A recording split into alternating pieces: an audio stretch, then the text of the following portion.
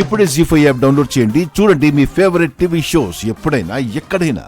నా ప్రయత్నంలో నా బిడ్డ నాకు దొరుకుతుందని ఆశలు సన్నగిల్లిపోయాయి, చచ్చిపోయాయి. ఇక మీరు మీ దేవుడు నా సమస్యకి పరిష్కారం చూపించాలి. మీరు ఈ రోజు నాకు ఏదో ఒకటి చెప్పనిదే నేను ఇక్కడి నుంచి కదలను, లేదంటే ఇక్కడే చేస్తాను. నీ కూతురు గురించి నేను ఆలోచిస్తూనే ఉన్నానమ్మా. నీ వంశానికి ఏదైనా గొప్ప బహుమతి ఇవ్వగలుగుతాను అంటే అది ఆ బిడ్డే. శివరాత్రి నాడు నీ బిడ్డ వివరాలు నేనెట్టి పరిస్థితుల్లోనూ తెలియజేస్తాను.